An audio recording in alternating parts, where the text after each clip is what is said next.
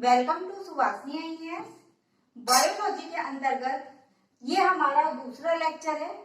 इसका हमारा जो पहला लेक्चर था बायोलॉजी का, वो हमारे एप्लीकेशन कैरियर पथ पर है, जिसकी लिंक डिस्क्रिप्शन बॉक्स में दी गई है। आप जाकर उस लिंक को ओपन करें, ऐप को डाउनलोड करें और हमारा साइंस का जो फर्स्ट लेक्चर है उसको आप वहां से ले सकते हैं। उसके अलावा हमारे एप्लीकेशन पे और भी वीडियोस है, जैसे कि ज्योग्राफी के, मॉडर्न हिस्ट्री के, तो आप उन्हें भी देख सकते हैं डेमो के तौर पे, क्योंकि यूपीपीसीएस के डेमो क्लासेस उस पर चल रही है।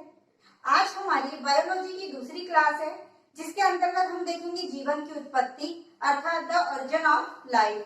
ठीक है, इसमें हम ये देखेंगे कि जो जीवन है, पहला जो जीव है, उसकी उत्पत्ति का समय क्या था, या उसकी उत्पत्ति कब हुई, कैसे हुई, क्या क्या कारण थे उत्पत्ति होने में जीवन की। ठीक है, ये सारी चीजें हम आज पढ़ेंगे।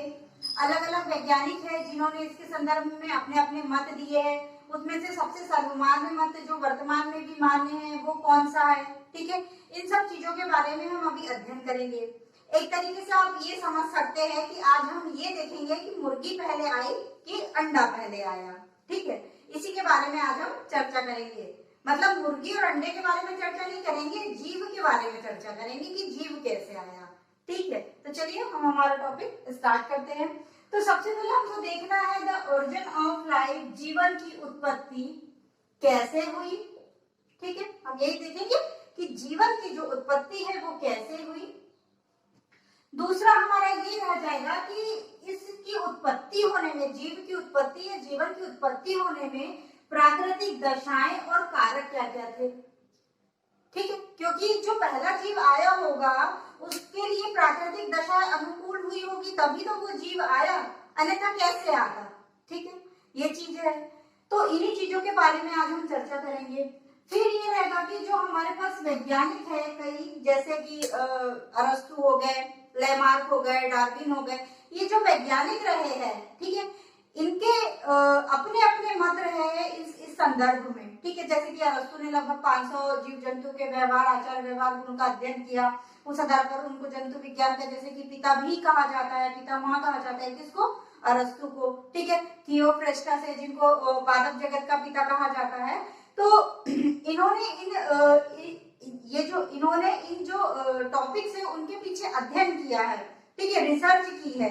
तो उनकी रिसर्च के अनुसार क्या निष्कर्ष निकल के आया, क्या मत निकल के आया, ये सारी चीजें देखेंगे। लेकिन हम इतने सारे वैज्ञानिकों को तो नहीं देख सकते। अलग अलग वैज्ञानिकों ने कई तरह की अलग अलग बातें की है। ठीक है, लेकिन जो सबसे सर्वमान्य मत रहा है उसके बारे में हम चर्चा करेंगे कि उन्होंने क्या क्या कहा, सबसे सर्वमान्य मत किसने दिया। ठीक है, इनके बारे में हम चर्चा करेंगे। अभी आगे आपको उनका नाम मैं बताऊंगी। एआई ओपेरिन साहब थे जिनका जो जीव की उत्पत्ति के संदर्भ में सर्वमान्य मत उन्हीं का माना जाता है। ठीक है, अब उसके अलावा हम ये देखेंगे सिद्धांत के अलावा कि जो जीव की उत्पत्ति है उसमें तत्वों, पदार्थों, कार्बनिक पदार्थों की क्या भूमिका रही होगी। ठीक है, ये सारी चीजें देखेंगे। इसके अलावा जो प्रथम जीव था हमारा, उसका आने का समय कैसा था और उनका रूप कैसा था, इस चीजों का हम अध्ययन करेंगे। ठीक है, आई बात समझ में आता है कि जीवन की उत्पत्ति को लेकर हम क्या क्या पॉइंट पे गौर करेंगे। एक तो उत्पत्ति कैसे हुई होगी, दूसरा प्राकृतिक दशाएं और कारक क्या रहे होंगे, सिद्धांत किसने दिया। ठीक है, ये हम अभी यहाँ पे आप नाम लिख लो, एआई ओपेरिन। ठीक है, ये एआई ओपेरिन साहब थे, इन्होंने इसमें सर्वमान्य मत किसका माना जाता है, तो एआई ओपेरिन, और इन्हीं को हम पढ़ते हैं स्पेशली। ठीक है, बाकी तत्वों और पदार्थ, कार्बनिक पदार्थों की क्या भूमिका रही होगी। ठीक, प्रथम जीव आने का समय और उसका रूप कैसा रहा होगा। ठीक है, अब अभी मैंने आपको बताया कि जो हमारे वैज्ञानिक रहे अरस्तु, ठीक है, अरस्तु, Lamarck, Hugo de bridge, Darwin. ठीक है, ये जो वैज्ञानिक है इन्होंने जीवन की उत्पत्ति को लेकर अलग अलग तरीके से अपने अपने मत दिए हैं। ठीक है, अपनी समझ के अनुसार, अपनी रिसर्च के अनुसार। ठीक है, लेकिन सबसे सर्वमान्य मत किसका है, तो एआई ओपेरिन साहब का सबसे सर्वमान्य मत है। ठीक है, जो आज वर्तमान में भी इन्हीं के मत के अनुसार बातें की जाती है। इनके मत के अनुसार माना जाता है कि जीवन की उत्पत्ति इस तरीके से हुई है। ठीक है, और ये कहाँ के रहने वाले थे? तो जो AI ओपेरिन साहब है, ये रूस के रहने वाले थे और रसायन जैव शास्त्री थे। क्या थे ये? रसायन जैव शास्त्री थे। ठीक है, इसके बाद एक इनका भी नाम आता है प्लिनी का। ठीक है, उन्होंने भी इसके बारे में काफी रिसर्च किया था, जीवन की उत्पत्ति। लेकिन जब विज्ञान के क्षेत्र में इतना ज्यादा रिसर्च होने लगा था, ग्रीक में हो रहा था ये सारी चीजें ज्यादातर, तो जो धर्म से संबंधित जो लोग थे, उन लोगों को फिर डर सताने लगा था कि जो है हमारे धर्म के लिए विज्ञान खतरा है, ये है वो है करके। तो फिर बीच में कुछ समय के लिए इसको रोक भी दिया गया था, इन सारी रिसर्च को। लेकिन फिर बाद में जो इनका समय था खत्म हुआ, उसके बाद में फिर इस रिसर्च को फिर से स्टार्ट किया गया। तो विज्ञान के क्षेत्र में फिर से पुनर्जागरण हुआ, नई प्रगति आई। ठीक है, तो अभी वो सब छोड़े, वो सब अभी हमारे काम की बात नहीं। हमारे काम की बात बस ये है कि सर्वमान्य सिद्धांत किसका है? AI ओपेरिन का। ठीक है, ये कहाँ के रहने वाले थे? रूस के रहने वाले थे। ठीक है, और ये कौन थे? तो ये रसायन जैव शास्त्री थे। ठीक है, और जीवन की उत्पत्ति के संदर्भ में इन्होंने एक पुस्तक भी लिखी है। ठीक है, और उस पुस्तक का नाम यही है, द ओरिजिन ऑफ लाइफ। ये इनकी बुक का नाम है। ठीक है, किसकी? AI ओपेरिन साहब की। ठीक है, अब इन्होंने इस सिद्धांत के तहत एक मूल बात की थी। क्या की थी इन्होंने कहा था कि जीव, मतलब जो जीव है, उसका जो निर्माण है वो निर्जीव पदार्थों में रासायनिक उद्विकास का परिणाम है। ठीक है, मतलब कि इनका कहने का मतलब ये है कि जो जीव की उत्पत्ति हुई है उसमें तत्वों का सहयोग है, पदार्थों का सहयोग है। ठीक है, किसका सहयोग है? तत्वों का सहयोग है, अर्थात कि रासायनिक इवोल्यूशन, केमिकल इवोल्यूशन, अर्थात कि रासायनिक उद्विकास, इस प्रक्रिया के द्वारा जीव की उत्पत्ति हुई है। अभी हम आगे देखेंगे इसका फ्रेम। ठीक है, केमिकल इवोल्यूशन का। ठीक है, केमिकल इवोल्यूशन से ये जैव उद्विकास के तरफ जाने की जो प्रक्रिया है, जैविक उद्विकास के तरफ जाने की जो प्रक्रिया है, अभी उसको हम आगे देखेंगे। ठीक है, तो इन्होंने क्या कहा कि जो जीव है वो निर्जीव पदार्थों में रासायनिक उद्विकास का परिणाम है। ठीक है, अब ये उद्विकास का मतलब क्या होता है? पहले तो उद्विकास का मतलब क्या होता है, इसको इंग्लिश में क्या कहते हैं? इवोल्यूशन कहते हैं। किसको? उद्विकास को। ठीक है, और इवोल्यूशन अर्थात उद्विकास का मतलब होता है कि किसी जीव की जाति विशेष में प्रजनन की क्रिया होना। ठीक है, कोई भी जीव है उसकी जाति में प्रजनन की क्रिया होना। ठीक है, क्या कहलाता है? इवोल्यूशन कहलाता है, उद्विकास कहलाता है। ठीक है, इवोल्यूशन अर्थात रिप्रोडक्शन, प्रजनन और अपने जैसे संतानों की उत्पत्ति करना, अर्थात कि मनुष्य मनुष्य को उत्पन्न करे, घोड़ा घोड़े को उत्पन्न करे, बिल्ली बिल्ली को उत्पन्न करे, कुत्ता कुत्ते को उत्पन्न करे, ये क्या कहलाता है? उद्विकास। और जब ये प्रक्रिया निरंतर चलती रहती है, जैसे कि मान लो जिस समय जीव की उत्पत्ति हुई होगी उससे लेकर आज वर्तमान तक की हम बात करें, तो हमको धीरे धीरे धीरे धीरे एक समय अंतराल में क्या दिखने लगता है? चेंजमेंट दिखने लगता है। जैसे कि हम मानव की बात करें तो हम पहले आदि मानव थे, हमारे शरीर में बहुत सारे बाल थे। आपने पढ़ा ही होगा, पिछली क्लासों में छोटे थे तब भी आपने आदि मानव के बारे में सुना होगा, पढ़ा होगा। तो आज के मनुष्य में और उस समय के जो आदि मानव थे उनमें कितना अंतर दिखता है। तो यही जो परिवर्तन होता है छोटे छोटे चरणों में, ये क्या कहलाता है? उद्विकास कहलाता है। ठीक है, यहाँ तक बात समझ में आई। तो जो AI ओपेरिन साहब थे, इन्होंने जो सिद्धांत दिया था उसका नाम क्या था? मतलब उसको किस सिद्धांत के नाम से जाना जाता था? ठीक है, तो उनको उस सिद्धांत को जाना जाता था भौतिकवाद का सिद्धांत या पदार्थवाद का सिद्धांत। ठीक है, क्योंकि ये तो कह रहे हैं कि पदार्थों से जो जीव का निर्माण कैसे हुआ? पदार्थों से हुआ है। तो इसको क्या कहा जा सकता है? या तो भौतिकवाद का सिद्धांत कहते हैं या पदार्थवाद का सिद्धांत कहते हैं। ये IAS का क्वेश्चन भी था। ठीक है, IAS प्रीलिम्स में ये क्वेश्चन भी आया था कि AI ओपेरिन ने जो सिद्धांत दिया है उस सिद्धांत का क्या नाम है।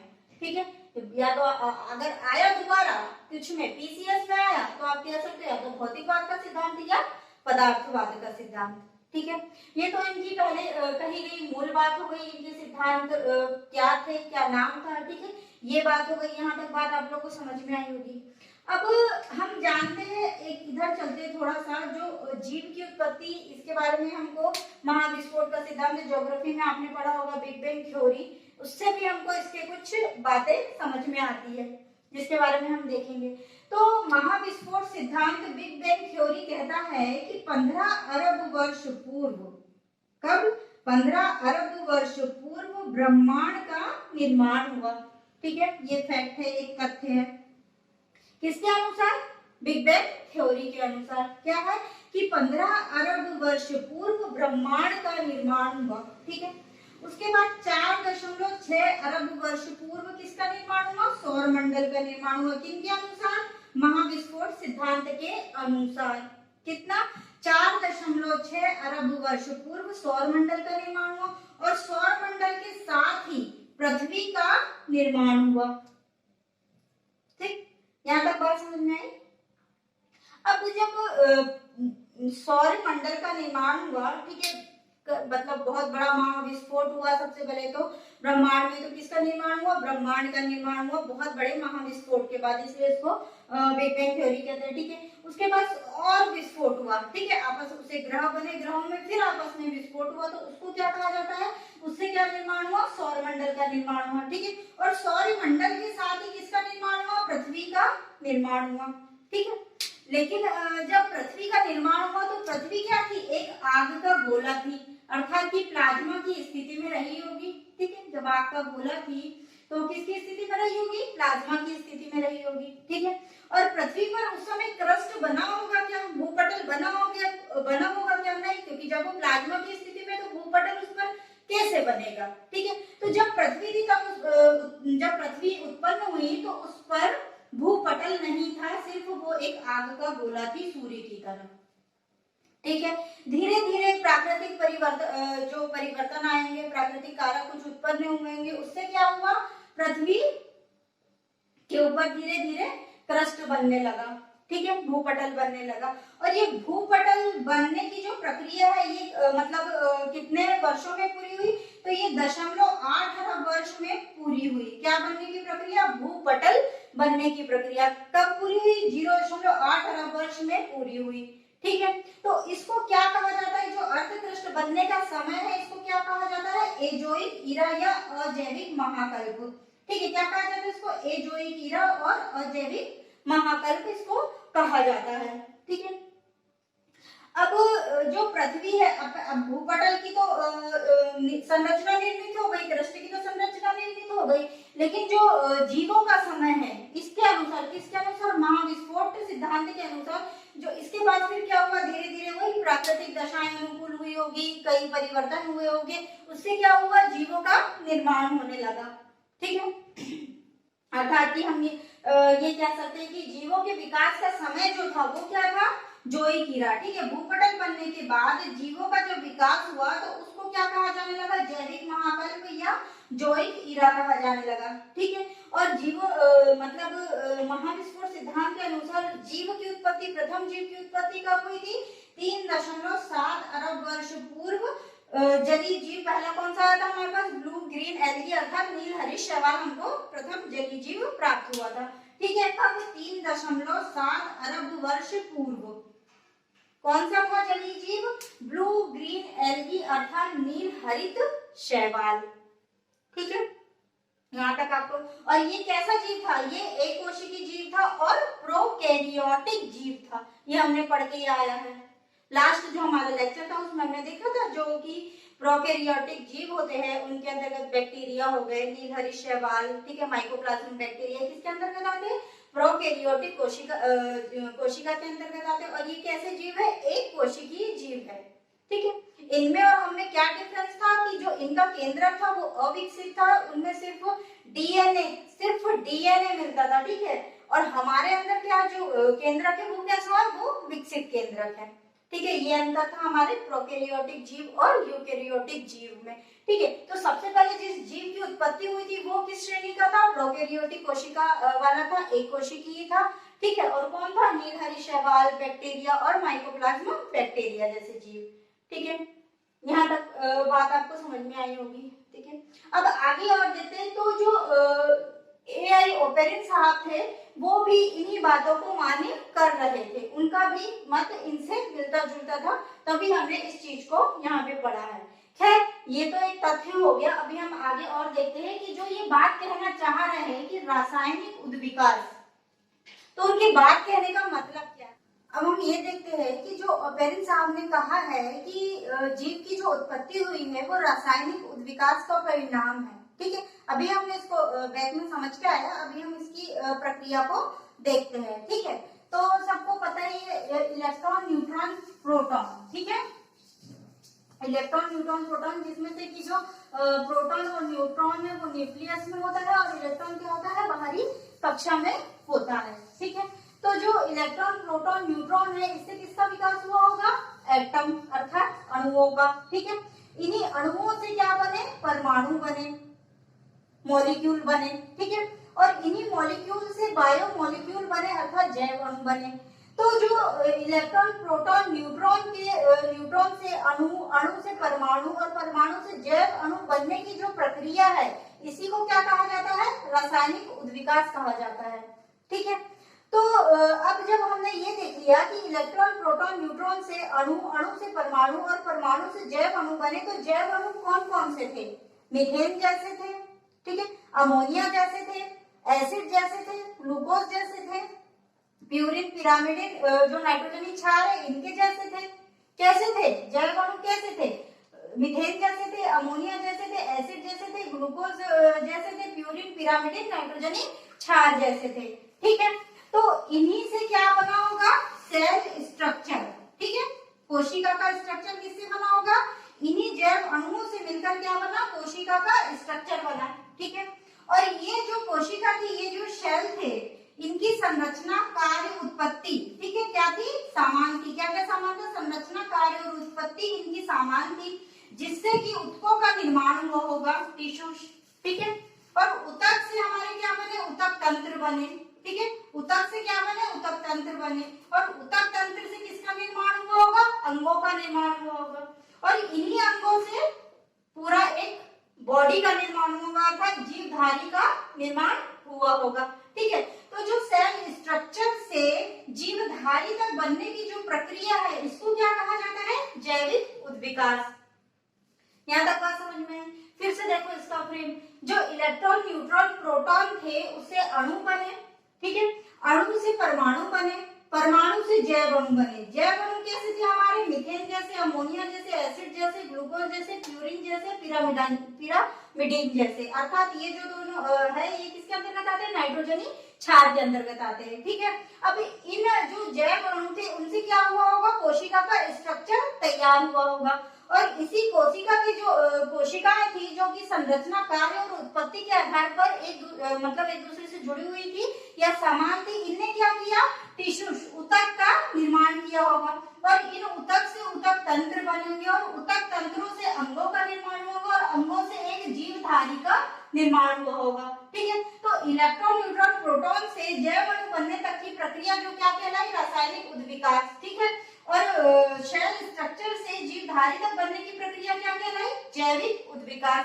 अर्थात कि हम ये कह सकते हैं कि तत्वों से, पदार्थों से जीवों का निर्माण हुआ, ये हम कह सकते हैं। यही बात ओपेरिन साहब समझाना चाह रहे थे कि इस प्रकार तत्वों से जीव का विकास हुआ। ठीक है, अब हम एक चीज ये देखें कि अभी हमने पढ़ा कि जब पृथ्वी का निर्माण हुआ, पहले तो ब्रह्मांड का निर्माण हुआ 15 अरब वर्ष पूर्व। ठीक है, उसके बाद 4.6 अरब वर्ष पूर्व सौरमंडल, और सौरमंडल के साथ ही किसका निर्माण हुआ था, पृथ्वी का निर्माण हुआ था। और पृथ्वी क्या थी, पहले आग का गोला थी, अर्थात कि उसके अंदर जितनी भी चीजें होगी वो तरल अवस्था में होगी, प्लाज्मा की अवस्था में होगी। ठीक है, तो उस पर धीरे धीरे भूपटल का निर्माण हुआ।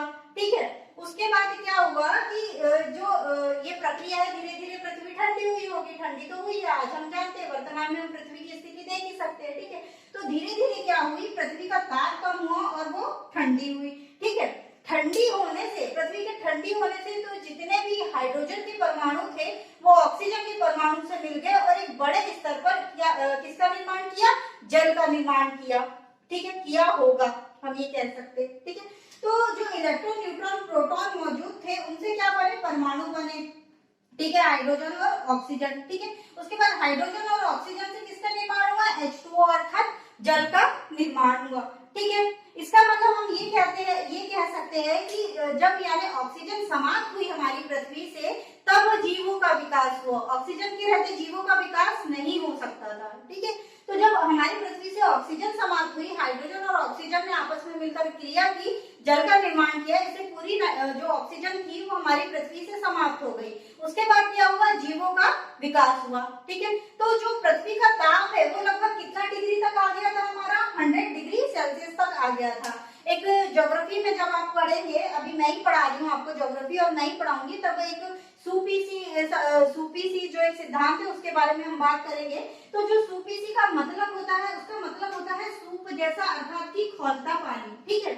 तो जब पृथ्वी का ताप 100 डिग्री सेल्सियस हो गया था तो समुद्र में जीवन निर्माण की सभी पदार्थ जैसे कि मीथेन, ग्लूकोज, अभी हमने पढ़ा जैव अणु, methane, glucose, ammonia, purine, pyrimidine, ठीक है, एसिड, ये सब हमको कहाँ पे मिलने लगा था, ये सब समुद्र में पर्याप्त मात्रा में था, ठीक है। अर्थात जो जीव बनने की जो प्रक्रिया थी उसके लिए सारी अनुकूल दशाएं मौजूद होने लगी थी, इससे जीवों का निर्माण हुआ। या हम ये कह सकते हैं कि जीवों का जब निर्माण हुआ तो उसके लिए उसको पोषण की भी जरूरत होगी, ठीक है। तो जीवों को पोषण पर्याप्त मिलने लगा इस प्रक्रिया के द्वारा। तो ये हम कह सकते हैं कि जीव बनने के बाद पोषण के लिए जितनी भी चीजें उपलब्ध थी, किसको छोड़कर, ऑक्सीजन को छोड़कर, ठीक है, क्योंकि ऑक्सीजन तो हाइड्रोजन के साथ क्रिया कर रही थी तो ऑक्सीजन तो समाप्त हो गई थी, ठीक है। तो जीव बनने के बाद जो पोषण उसको चाहिए होता है वो सारी जो परिस्थितियां थी वो हमारे पास मौजूद थी। इससे क्या हुआ, जीवों का विकास और बेहतर तरीके से होने लगा, ठीक है।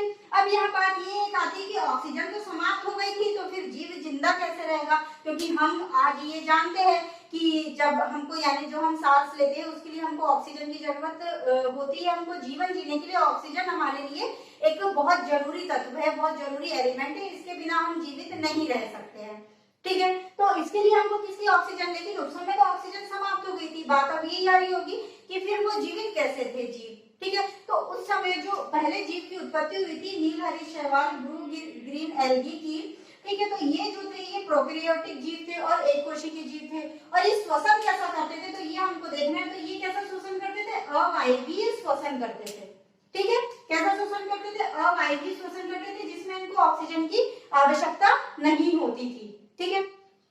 अब अवायवीय श्वसन में होता क्या है, तो जो अवायवीय श्वसन है उसमें ग्लूकोज का आंशिक विघटन होता है, कम विघटन होता है, ठीक है। और जो ऊर्जा है कम मात्रा में उत्पन्न होती है। लेकिन आज की वर्तमान की हम बात करें तो हमको जो श्वसन की आवश्यकता है उसके लिए हमको ऑक्सीजन बहुत ही जरूरी है। हमारे माइटोकॉन्ड्रिया में जाती है, फिर वहां से एटीपी उत्पन्न होता है, ऊर्जा उत्पन्न होती है, ठीक है। तो उस समय क्या था, जो ये अवायवीय श्वसन करते थे जीव, उसमें क्या था, जो ग्लूकोज का आंशिक विघटन होता था और ऊर्जा जो होती थी वो कम मात्रा में उत्पन्न होती थी, तब ये जीव सरवाइव कर पाते थे वहां पर, ठीक है। या हम कह सकते हैं कि प्रकाश संश्लेषण की क्रिया होती रही होगी या होती होगी। क्यों, इसका भी एक कारण है। पहले तो प्रकाश संश्लेषण का सूत्र देखिए आप, तो 6CO2 12H2O, क्या क्या चाहिए हमको, सनलाइट चाहिए, क्लोरोफिल चाहिए, ठीक है। फिर इसका बन के क्या आता है हमको, तो 6H12O6 प्लस 6O2 और O2, ठीक है। जिसमें से जो 6H12O6 ये हमारा क्या है, मुख्य उत्पाद है, ठीक है। और जो O2 है हमारा क्या है, सह उत्पाद है, ठीक है। और सह उत्पाद क्या होते हैं, तो जो सह उत्पाद ऐसे उत्पाद होते हैं जो मुख्य उत्पाद के साथ निर्मित हो जाते हैं, ठीक है। किसके साथ, मुख्य उत्पाद के साथ निर्मित हो जाते हैं, ये सह उत्पाद होते हैं, ठीक है। तो जब वायुमंडल में ऑक्सीजन तो हमारी समाप्त हो गई थी, मैं बार बार बोल रही हूँ कि हाइड्रोजन के साथ ऑक्सीजन की क्रिया हो गई थी, पृथ्वी पर ऑक्सीजन समाप्त हो गई थी, तो ये जीव सर्वाइव कैसे करते थे, ठीक है। तो हमने अभी देखा कि ये क्या करते थे, अवायवीय शोषण करते थे और ग्लूकोज का इसमें आंशिक विघटन होता था और ऊर्जा कम मात्रा में उत्पन्न होती थी। लेकिन आज का जो जीव है वो बिना ऑक्सीजन के सर्वाइव नहीं कर सकता, तो ऑक्सीजन वायुमंडल में आई कैसे होगी, इस चीज को हम देख रहे हैं। तो इन्होंने क्या किया होगा, प्रकाश संश्लेषण की क्रिया की होगी, जिससे मुख्य उत्पाद के रूप में हमको 6H12O6 और सह उत्पाद के रूप में इसके हमको क्या मिला, O2 मिला, ऑक्सीजन मिला। ठीक है, तो वायुमंडल में जो ऑक्सीजन है वो इसी प्रक्रिया के द्वारा आई होगी जिससे कि जीवन संभव हो पाया। यहाँ तक बात समझ में आई आपको कि जो ऑक्सीजन है, क्योंकि हम आप ये बात तो जानते हैं कि ज्यादा जो ऑक्सीजन का हमको ज्यादा परसेंटेज है वो हमको कहाँ से मिलता है, पेड़ पौधों से मिलता है। ठीक है, तो उस समय से ही प्रकाश संश्लेषण की क्रिया प्रारंभ हो चुकी थी जिससे कि आज वायुमंडल में इस मात्रा में ऑक्सीजन की उपस्थिति है। ठीक है, यहाँ तक बात आप लोगों को समझ में आई मेरी। अब हम बात करेंगे कि जो सजीव कोशिका होती है उनमें तत्वों, पदार्थों, ठीक है, और कार्बनिक पदार्थों, तत्वों, इनकी क्या भूमिका होती है। ठीक है, और ये वाला जो टॉपिक अभी हम देखेंगे यहाँ पर, यहाँ से आईएएस पीसीएस में बहुत से क्वेश्चन पूछे गए हैं। यूपी पीसीएस, खासकर बीपीएससी और राजस्थान पीसीएस, इन तीन पीसीएस में यहाँ से बहुत प्रश्न आए हैं और आईएएस में भी बहुत प्रश्न आए हैं और यहाँ वाला टॉपिक आपको बहुत अच्छे से समझना पड़ेगा। ठीक है, तो यहाँ से हमको प्रश्न मिलते ही मिलते हैं और मिलेंगे भी आगे। ठीक है, तो ये आप देखिए यहाँ पर सबसे पहले हमें क्या है कि जो सजीव कोशिका है उसके निर्माण में हमको मतलब कितने तत्वों का योगदान है, तो 27 तत्वों का योगदान है। ठीक है, किसके निर्माण में, सजीव कोशिका के निर्माण में 27 तत्वों का योगदान होता है। ठीक है, जिसमें से जो ये 4 तत्व है ये क्या कहलाते हैं, प्रधान तत्व। ठीक है, 4 तत्व क्या कहलाते हैं, प्रधान तत्व। कौन कौन से हैं, ऑक्सीजन, कार्बन, हाइड्रोजन और नाइट्रोजन, जिसमें ऑक्सीजन का प्रतिशत कितना है, 65%, कार्बन का प्रतिशत कितना है, 18.5%, हाइड्रोजन का प्रतिशत है 9.5% और नाइट्रोजन का प्रतिशत कितना है, 3.3%। ठीक है, अब ये देखते हैं कि यहाँ से हमको प्रश्न कैसे मिलेंगे, क्योंकि यहाँ से हमको आईएएस में प्रश्न मिल चुका है। ठीक है, प्रश्न ये था कि सजीव कोशिका के निर्माण में सर्वाधिक भूमिका निभाने वाला तत्व कौन सा है। ठीक है, तो हमारे पास क्या है, ऑक्सीजन। एक बार इसका परसेंटेज भी पूछ लिया था कि इसका कितना परसेंटेज ऑक्सीजन तत्व है सजीव कोशिका के निर्माण में जो है भूमिका निभाता है, उसका परसेंटेज कितना है, तो उसका परसेंटेज कितना है हमारे पास, 65। कई बार ऐसा जो बीपीएससी में प्रश्न आया था उसमें ये ऑक्सीजन और कार्बन को हटा दिया था, सिर्फ ये दोनों ऑप्शन रखा था कि जो सजीव कोशिका का निर्माण होता है उसमें किन दो तत्वों की उपस्थिति प्रधान होती है। तो कौन कौन से, अगर ये दोनों ना मिले, ये दोनों रहे तो ये दोनों को लगाना है हमको। ठीक है, अगर 3 ना मिले, एक ही रहे तो हमको, यानी कि ये जो 4 तत्व है हमारे, ऑक्सीजन, कार्बन, हाइड्रोजन, नाइट्रोजन, इनको हमको चारों को याद कर लेना है, इनका परसेंटेज भी हमको याद कर लेना है, क्योंकि कई बार अब ऑक्सीजन दे दे के पूछ के आयोग भी कभी कभी तरास जाता है, मतलब यही कहे कि अब ये नहीं पूछेगा, हो सकता है ऑक्सीजन ना रखे, ये 3 रख दे, क्योंकि अधिकतर जो बच्चा होता है वो इसको पढ़ के जाता है, ज्यादातर ऊपर वाले देख के जाएगा, लेकिन अब ट्रेंड में जब बदल रहा है तो अब वो क्या करता है कि नीचे की जो तत्व रहते हैं उनको रख देता है। तो इस हिसाब से आप ये चारों को याद रखेंगे और इनका परसेंटेज भी याद रखेंगे, क्योंकि ये एक ऐसा टॉपिक है जहां से हमको प्रश्न ज्यादा से ज्यादा देखने को मिलते हैं। यह कहे कि हर वर्ष हमको यहाँ से एक प्रश्न देखने को मिलता है। ठीक है, अब इसके दूसरे, अब ये हमने ये तो देख लिया कि सजीव कोशिका के निर्माण में 27 तत्व भूमिका देते हैं, जिसमें से की जो 4 तत्व है, ये जो 4 तत्व है ये प्रधान होते हैं। ठीक है, अब ये आ रहा होगा तत्व पढ़ते पढ़ते कि ये तत्व होता क्या है। ठीक है, तो जो तत्व होते हैं वो समान प्रकार के परमाणुओं से निर्मित होते हैं। ठीक है, क्या होते हैं, समान प्रकार के परमाणुओं से निर्मित होते हैं, और जब तत्व निश्चित अनुपात में एक दूसरे से मिलते हैं, ठीक है, बराबर अनुपात में एक दूसरे से मिलते हैं, तो ये क्या करते हैं, एक नया गुणधर्म अपना लेते हैं, और वो जो नया गुणधर्म उनमें आ जाता है, मतलब उनके गुण समाप्त होके एक नया गुण उनके पास आ जाता है, तो वो क्या कहलाता है, यौगिक कहलाता है। जैसे कि हम दो हमारे पास परमाणु है H प्लस O2, ठीक है, ये क्या बन जाएगा हमारा H2O, ये क्या हो गया हमारा पानी का। ठीक है, तो ये दो अलग अलग परमाणु थे जो मिलकर के क्या बना, H2O बनाया, तो ये हमारा क्या कहलाएगा, यौगिक कहलाएगा, और ये दोनों हमारे क्या कहलाएंगे, तत्व कहलाएंगे। ठीक है, तो ये हो गया हमारा। अब जो वर्तमान में तत्व मौजूद है वो कितने हैं हमारे पास, पास 118 तत्व वर्तमान में मौजूद है, ये भी याद रख लीजिएगा, हो सकता है पूछ लिया जाए। ठीक है, तो वर्तमान में हमारे पास तत्व कितने हैं? 118, जिसमें से जो 92 है वो प्राकृतिक है, मतलब कि कुछ बनाए भी गए हैं, मतलब कि वो ऑलरेडी पृथ्वी पर मौजूद है, और बाकी जो शेष बच रहे हमारे 92 के अलावा वो प्रयोगशाला में उस पर प्रयोग करके उनको निर्माण किया गया है। ठीक है, तो जो तत्व कुल कितने हमारे पास 118, जिसमें से जो 92 तत्व है वो प्राकृतिक अवस्था में हमको पहले से ही मौजूद है, और बाकी जो तत्व है उनको प्रयोगशाला में प्रयोग करके कृत्रिम रूप से निर्माण किया गया है उनका। ठीक है, अब ये देख लिया हमने तत्व कैसे होते हैं, यौगिक कैसे बनते हैं उनसे, ये चीज हमारे समझ में आ गई। तो यहाँ पर ये प्रश्न देख लिया कि सजीव कोशिका के निर्माण में जो 27 तत्व होते हैं उनमें से 4 तत्वों की अहम भूमिका होती है, अर्थात ये जो 4 तत्व है ये प्रधान तत्व कहलाते हैं।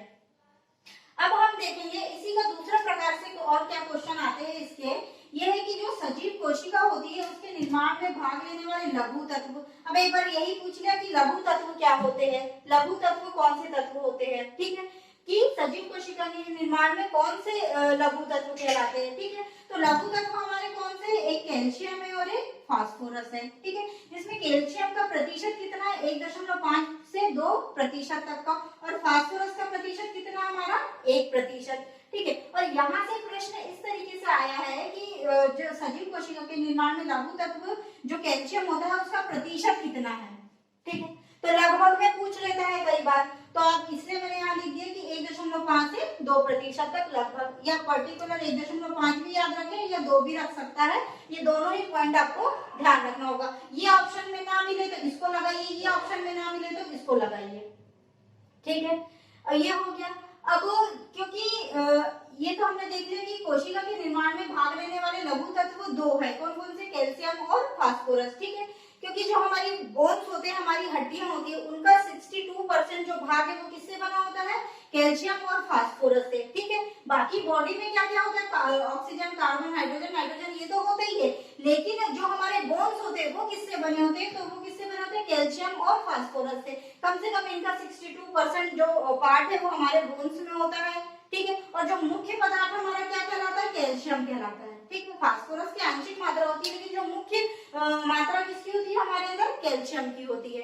ठीक है, तो ये हमारा हो गया कि कोशिका, सजीव कोशिका के निर्माण में भाग लेने वाले लघु तत्व कौन कौन से, कैल्शियम और फास्फोरस। कहाँ भाग लेते हैं वो भी मैंने आपको बता दिया, हमारे टीथ और हमारी बोन्स में। ठीक है, अब बात यह है कि जो सजीव कोशिका है उसमें धातु के रूप में सर्वाधिक मात्रा में, इसी को जैसे कि अभी परसेंटेज के हिसाब से पूछा, इसी को धातु के रूप में भी पूछ लिया उसने कि सजीव कोशिका के कोशिका में धातु के रूप में सर्वाधिक पाया जाने वाला तत्व कौन सा है, यही पूछा गया क्वेश्चन। ठीक है, तो इस तरीके से भी अगर क्वेश्चन है तो हमको क्या लगाना है, कैल्शियम लगाना है।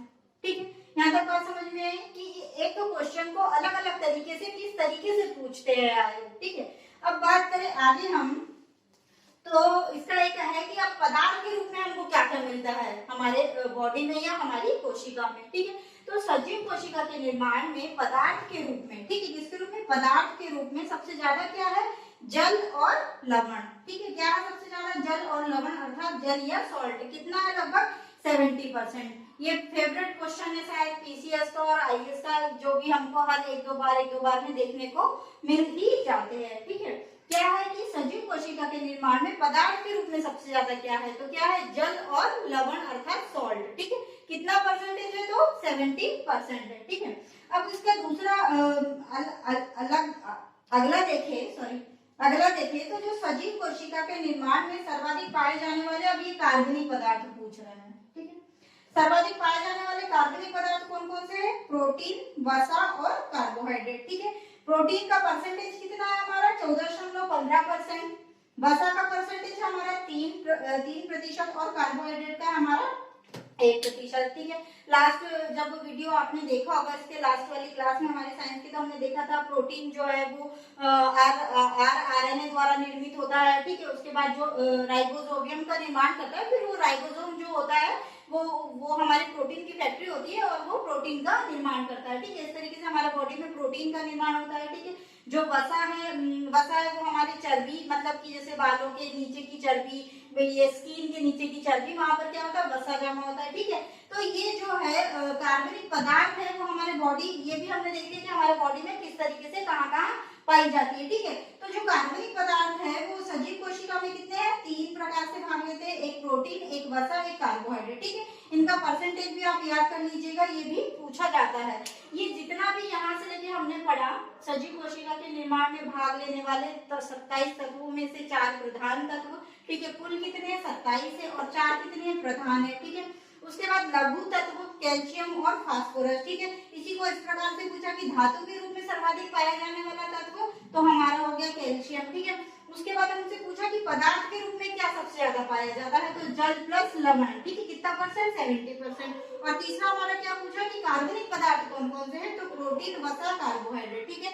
मोस्ट इंपॉर्टेंट टॉपिक है ये, आप इसको बहुत अच्छे से तैयार कर लीजिएगा, ठीक है। यहाँ तक आप लोगों को समझ में आया। अब जो हमने पढ़ा है कि जो पहला जीव था हमारा वो नीलहरी शैवाल था, ठीक है। पहला जीव कैसे आया, नीलहरी शैवाल था, एक जलीय जीव था, प्रोकैरियोटिक प्रकार का था, एक कोशिकीय जीव था, ठीक है।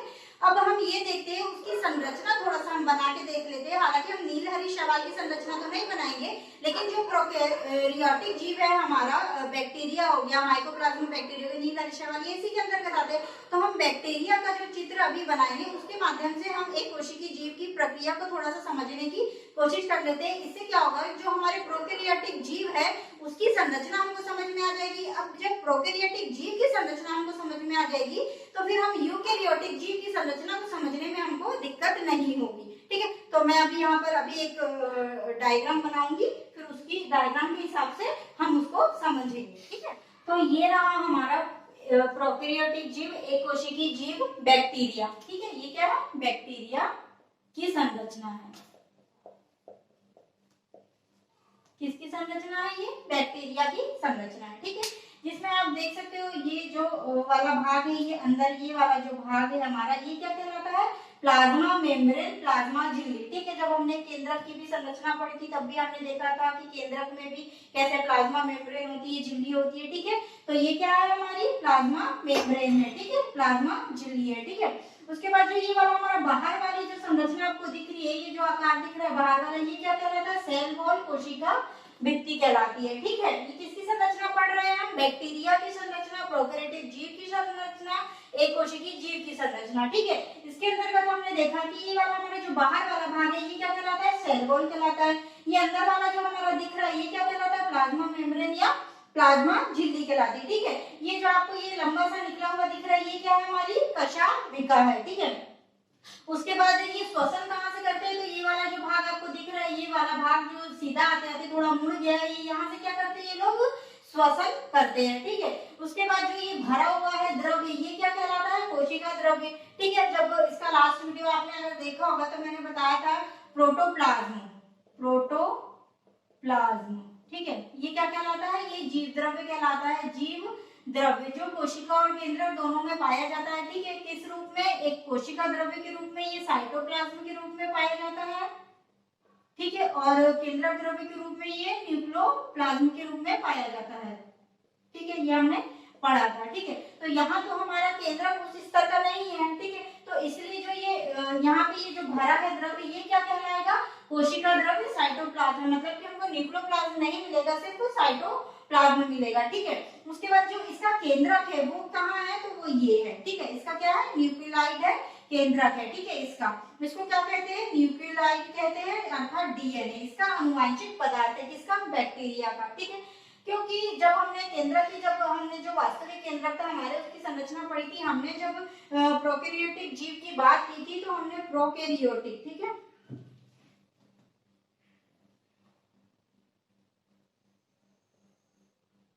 ठीक है, प्रोकैरियोटिक, जिसमें से हमने प्रो का हमारा मतलब क्या था, प्रीमिटिव अर्थात प्राचीन, ठीक है, प्रीमिटिव अर्थात प्राचीन। और कैरियन का हमारा क्या मतलब था, न्यूक्लियस अर्थात केंद्रक, ठीक है। ये हमने इतनी बात की थी वहां पर तो प्राचीन केंद्रक, हमने प्रोकैरियोटिक जीव की केंद्रक की संरचना को क्या कहा था, प्राचीन केंद्रक, अर्थात कि जो केंद्रक की 4 वास्तविक जो शर्तें होती है उनमें से जो ये क्या नाम है, उसमें डीएनए जो धागे होते हैं हमारे, क्रोमेटिन जो धागे होते हैं हमारे केंद्रक में, ठीक है, इसमें क्या क्या भाग लेता है, डीएनए, जो वास्तविक केंद्रक की बात कर रही हूँ मैं, ठीक है, डीएनए और हिस्टोन प्रोटीन, ठीक है, क्या भाग लेते हैं इसमें, डीएनए और हिस्टोन प्रोटीन, जिसमें से कि ये हमारे क्या यूकेरियोटिक कोशिकाएं जो होती है उनमें पाया जाता है, ठीक है, लेकिन जो प्रोकैरियोटिक कोशिकाएं होती है उनमें सिर्फ हमको केंद्रक का जो वास्तविक केंद्रक होता है उसका मात्र एक ही पॉइंट देखने को मिलता है, किसका, डीएनए का, ठीक है, यहाँ पर न्यूक्लियोटाइड के रूप में, ठीक है, क्या मिलता है हमको, डीएनए मिलता है, लेकिन जो वास्तविक केंद्रक होता है उसमें डीएनए के साथ हमको क्या मिलता है, हिस्टोन प्रोटीन मिलता है, ठीक है, तो इसलिए जो ये संरचना है, मतलब जो प्रोकैरियोटिक जीव या एककोशिकीय जीव होते हैं इनकी जो केंद्रक होता है उसको हम क्या कहते हैं, प्राचीन केंद्रक, ठीक है, प्राचीन केंद्रक कहते हैं, क्योंकि इसमें केंद्रक तो है, लेकिन मतलब केंद्रक का मात्र कुछ ही अंश है, जो वास्तविक केंद्रक है उसका मात्र कुछ ही अंश हमको मिलता है, ठीक है, किसके रूप में, न्यूक्लियोटाइड के रूप में, ठीक है। इसके बाद ये जो संरचना आपको दिख रही है ये वाली, तो ये क्या कहलाती है, राइबोसोम कहलाती है, राइबोसोम, ठीक है, और हमारे राइबोसोम कहलाती है, ठीक है। उसके बाद जो ये संरचना आपको दिख रही है ये क्या है, ये प्लाज्मिड है, मतलब कि अतिरिक्त अनुवांशिक पदार्थ, ठीक है। अब इसका मतलब क्या है, ये जो अतिरिक्त अनुवांशिक पदार्थ है किसी कारणवश ये अपने अनुवांशिक पदार्थ से टूट गया, ठीक है, ये क्या हुआ, टूट गया, तो इसको हम क्या कहने लगे, प्लाज्मिड कहने लगे, अर्थात अतिरिक्त अनुवांशिक पदार्थ, ठीक है, ये क्या है हमारा अतिरिक्त अनुवांशिक पदार्थ, ठीक है। यहाँ इस संरचना को समझना जरूरी है क्योंकि यहाँ से भी 2-3 क्वेश्चन आए, वो अभी क्वेश्चन किस प्रकार से आए हैं वो मैं आपको अभी बताऊंगी, ठीक है। और जो राइबोसोम है इसमें कैसा है, 70S प्रकार का, और जो यूकेरियोटिक कोशिका होती है उनमें 80S प्रकार का होता है, ठीक है। तो जो राइबोसोम है वो प्रोकैरियोटिक शेल में किस प्रकार का होता है, 70S प्रकार का होता है, जिसमें से जो ये S है इसका मतलब होता है सेंटबर्ग यूनिट, ठीक है। आगे जब हम पढ़ेंगे तब हम इसके बारे में भी विस्तार से पढ़ेंगे, तो इसका जो S का मतलब होता है क्या होता है, सेंटबर्ग यूनिट, ठीक है, इससे इसको मापा जाता है। अब ये देखते हैं हम, ये तो संरचना हमको समझ में आ गई कि ये क्या है हमारा कोशिका द्रव्य, ये क्या है हमारा केंद्रक है, ये क्या है हमारा राइबोसोम है, ये क्या है, ये केंद्रक का ही टूटा भाग है जो क्या कहलाता है, प्लाज्मिड कहलाता है, अतिरिक्त अनुवांशिक पदार्थ कहलाता है, ठीक है। ये हमारे हो गए प्लाज्मा मेम्ब्रेन, ये जो छोटे छोटे रुएं दिख रहे हैं ये क्या कहलाते हैं, पीली कहलाते हैं, और ये जो लंबा सा दिख रहा है ये क्या है हमारा फ्लैजिला कशाभिका, ठीक है। और ये हमारी क्या बाहरी संरचना, सेल वॉल, कोशिका भित्ति, ठीक है। यहाँ तक बात समझ में। अब यहाँ पर ये समझिए कि यहाँ से हमको प्रश्न कैसा मिलता है, ठीक है। तो जो राजस्थान पीसीएस में पूछा गया था वो प्रश्न ये था कि जो प्रोकैरियोटिक जीव है उनका जो मूल अनुवांशिक पदार्थ है वो क्या कहलाता है, ठीक है, या उनका डीएनए क्या कहलाता है, ठीक है, इस तरीके से पूछ लेगा। तो जो प्रोकैरियोटिक जीव होते हैं, एककोशिकीय जीव होते हैं, उनका अनुवांशिक पदार्थ क्या है, मूल अनुवांशिक पदार्थ क्या है, न्यूक्लियाइड है, ठीक है, अर्थात इनका डीएनए क्या है, न्यूक्लियाइड है, ठीक है। अब ये भी पूछ लेता है कि जो न्यूक्लियाइड है, डीएनए है, वो किसका अनुवांशिक पदार्थ है, किसका अनुवांशिक पदार्थ है, ठीक है, तो वो किसका अनुवांशिक पदार्थ है, प्रोकैरियोटिक जीव का अनुवांशिक पदार्थ है, ठीक है।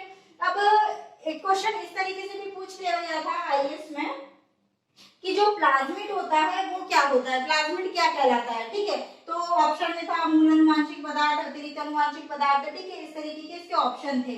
तो इसका आंसर क्या है हमको, अतिरिक्त अनुवांशिक पदार्थ। ये नाम आप बहुत अच्छे से याद कर लेंगे कि जो प्रोकैरियोटिक जीव है, जो बैक्टीरिया है हमारा, उसका जो डीएनए है वो क्या कहलाता है, न्यूक्लियोइड कहलाता है, ठीक है। उसके बाद जो प्लाज्मिड है वो क्या कहलाता है, अतिरिक्त अनुवांशिक पदार्थ कहलाता है। ये जो न्यूक्लियोइड है ये क्या कहलाता है, मूल अनुवांशिक पदार्थ कहलाता है, ठीक है। मूल और अतिरिक्त दोनों पे मैं जोर इसलिए दे रही हूँ कि मूल और अतिरिक्त ये दोनों से इसी तरीके से क्वेश्चन पूछ लिया गया है, ठीक है। तो आप ये याद रखेंगे कि जो मूल अनुवांशिक पदार्थ है वो क्या है, न्यूक्लियोइड है, और जो अतिरिक्त अनुवांशिक पदार्थ है वो क्या है, प्लाज्मिड है, ठीक है। और राइबोसोम कैसे प्रकार का होता है, 70S प्रकार का, और S का मतलब क्या होता है, सेंटबर्ग यूनिट, ठीक है। इस यूनिट के द्वारा इसको मापा गया है। आगे जब हम पढ़ेंगे तब हम इस यूनिट के बारे में भी विस्तार से आपको बताएंगे, ठीक है। यहाँ तक बात आपको समझ में आई। अब हम ये देखते हैं, कई बार प्रश्नों में ऐसे भी पूछा जाता है कि सबसे छोटी कोशिका कौन सी है आकार में, सबसे बड़ी कोशिका कौन सी है, ठीक है।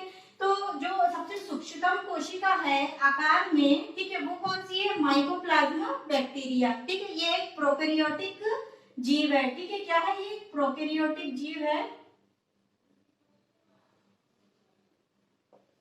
ठीक है, एक कोशिकीय जीव है, ठीक है। ये क्या है, माइकोप्लाज्मा बैक्टीरिया। इसको हम किस नाम से जानते हैं, इसको हम PPLO के नाम से भी जानते हैं, ठीक है, प्लूरोनिमोनिया लाइक ऑर्गेनिज्म, ठीक है। इसको किसके नाम से जानते हैं, प्लूरोनिमोनिया लाइक ऑर्गेनिज्म। एक बार PPLO लिख के इसका फुल फॉर्म भी पूछा जा चुका है पेपर में, ठीक है, तो इसलिए इसका फुल फॉर्म भी आपको याद रखना पड़ेगा। उसके बाद जो माइकोप्लाज्मा बैक्टीरिया है वो कितना मतलब उसका लंबाई कितना है, तो 0.1, ठीक है, 0.1 माइक्रोन, ठीक है। और 1 माइक्रोन बराबर कितना होता है, 10⁻⁶ मीटर होता है, ठीक है। अब ये तो आपने देख लिया यहाँ पर सबसे सूक्ष्मतम कोशिका, ठीक है। और सबसे बड़ी कोशिका या मानव शरीर की सबसे बड़ी कोशिका आकार में बोलेंगे तो कौन सी है, हमारी न्यूरॉन है, या इसको नर्व सेल भी कहते हैं, या तंत्रिका तंत्र भी कहते हैं हम इसको, ठीक है। और इसकी लंबाई हमको कितनी देखने को मिलती है, तो 90 सेंटीमीटर से 1 मीटर तक की इसकी लंबाई है, किसकी, तंत्रिका तंत्र की, न्यूरॉन की, ठीक है। और ये किस प्रकार से, ये ऐसे ब्रांचेस मतलब की शाखाओं में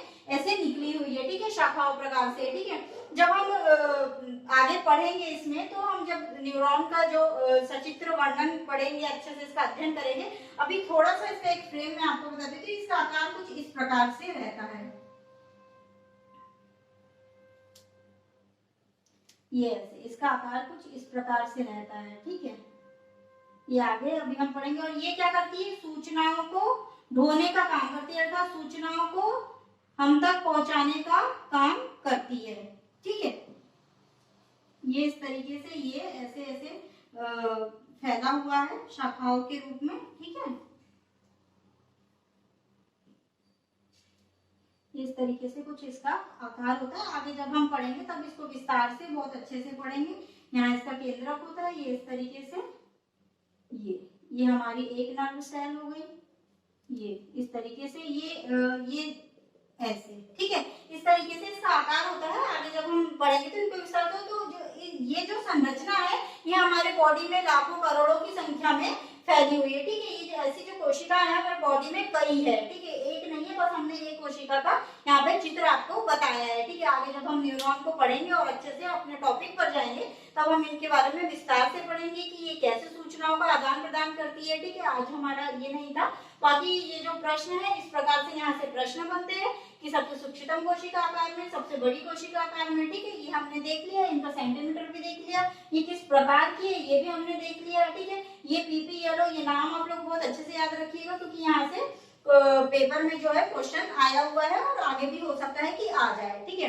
अब जो हमने आज देखा जीवन की उत्पत्ति, उसका आपको मुझे लगता है मैंने अपनी तरफ से पूरी कोशिश की है समझाने की, हो सकता है आप लोगों को समझ में भी आया हो, मैं यही आशा रखती हूँ। तो जो हमारे जीवन की उत्पत्ति है उसका निष्कर्ष हम क्या निकालेंगे, अर्थात कि हम क्या कहेंगे कि कैसे जीवन की उत्पत्ति हुई, ठीक है। तो AI ओपेरिन साहब के मत की तरफ हम ध्यान दें तो उसी ओर हम जाएंगे क्योंकि सर्वमान्य मत वर्तमान में ये यही है। कई वैज्ञानिक आए, उन्होंने इनके मत को काटने की भी कोशिश की लेकिन आज तक कोई तोड़ नहीं निकल पाया है। इसलिए सर्वमान्य जो मत है वो किसका माना जाता है, AI ओपेरिन साहब का मत माना जाता है, ठीक है। और उसी मत के आधार पर हम ये कह सकते हैं कि जो जीव है, जो प्रथम जीव है, जो जीवन की उत्पत्ति हुई होगी वो तत्वों से हुई होगी, ठीक है। जो पहला जीव आया होगा वो किससे आया होगा, तत्वों से आया होगा, और बाकी उसके बाद के जो जीव आए वो जीव से जीव की उत्पत्ति हुई। अर्थात हम ये कहते हैं कि पहला जो जीव है वो तत्व से निर्मित हुआ है, बाकी जो जीव है फिर जीव से जीव निर्मित हुआ है, ठीक है। तो ये इसका निष्कर्ष निकल के आता है। आज की क्लास आप लोगों को इंटरेस्टिंग लगी होगी, अच्छे से समझ में आई होगी। बाकी का जो अब रहेगा हमारा अगले वीडियो में।